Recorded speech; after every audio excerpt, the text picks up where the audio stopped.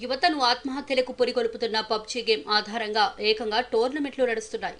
ఒకటి రెండు వెలుగులోకొస్తుంటే రానివి ఇంకా ఎన్నో ఉంటున్నాయని తెలుస్తోంది. తాజాగా ఆదివారం సీసీఎస్ దృష్టికి వచ్చిన ఉదంతంలో అయితే టోర్నమెంట్ పేరుతో బ్రోచర్లు, పోస్టర్లు కూడా వెలిశాయి. మరోవైపు కొందరు వ్యక్తులు ఈ గేమ్ ఆధారంగా సోలో పబ్జీ టోర్నమెంట్లు నిర్వహిస్తున్నారు. హైదరాబాద్లో అలాంటి టోర్నమెంట్ల పేరుతో పోస్టర్లు ప్రత్యక్షమయ్యాయి.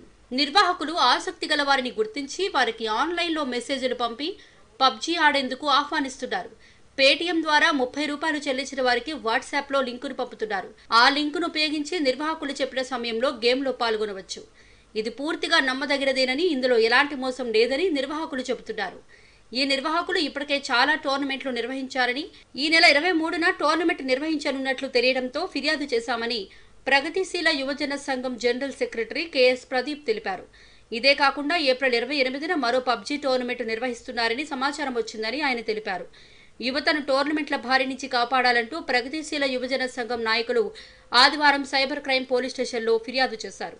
ఈ గేమ్ను గుజరాత్, జమ్మూ కాశ్మీర్ రాష్ట్రాలు నిషేధించాయని, తెలంగాణలో కూడా అలాంటి చర్యలు తీసుకోవాలని పీవైఎల్ నాయకులు డిమాండ్ చేశారు. ఇప్పటివరకు ఈ గేమ్ వల్ల యువత విలువైన సమయాన్ని వృధా చేసుకుంటోందని, టోర్నమెంట్ల కారణంగా డబ్బులు కూడా పోగొట్టుకునే ప్రమాదం ఉందని వారు ఆందోళన వ్యక్తం చేశారు.